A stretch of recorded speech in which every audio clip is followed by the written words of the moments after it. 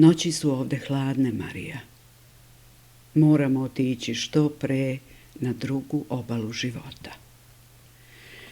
Tamo nas čekaju naši ljudi, naše vreme, naši životi.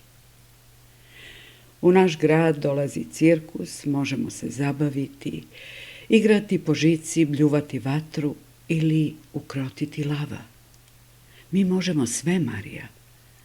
Oni samo jedno. Da nas spreče. Rešio se, Marija, prodaću mobilni telefon. Ugasit ću profil i pokloniti računar jednoj obližnjoj seoskoj školi. Napisat ću ti pismo kako te volim, kako čeznem za tobom. Na dnu lista nacrtaću srce probodeno amorovom strelom. S jedne strane moje ime, sa druge tvoje. Čekaj, stići će, za nekoliko dana. Doneće ga poštar po običaju. Čitaj, Marija.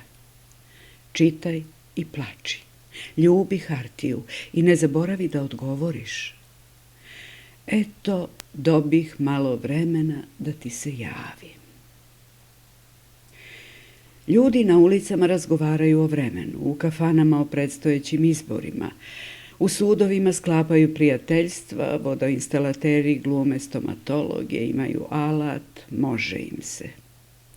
Električari mudruju o kosmosu, prodavci cveća o ljubavi, stolari prave knjige od drveta, šumi glupost na sve strane.